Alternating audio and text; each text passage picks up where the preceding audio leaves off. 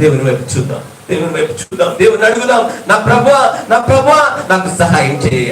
నీ వయసును చూసుకోవద్దు, నీ పరిస్థితులను చూసుకోవద్దు, ఆర్థిక స్థితిగతులను చూసుకోవద్దు, నీవేమి చూసుకోవద్దు. ప్రభువుని మాత్రమే చూడు, ప్రభువుని మాత్రమే చూడు, దేవుని వైపు మాత్రమే చూడు.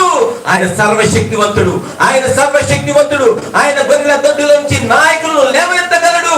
ఏదైనా సాధ్యమే. నా ప్రభుకి ఏదైనా సాధ్యమే, ఏదైనా సాధ్యమే.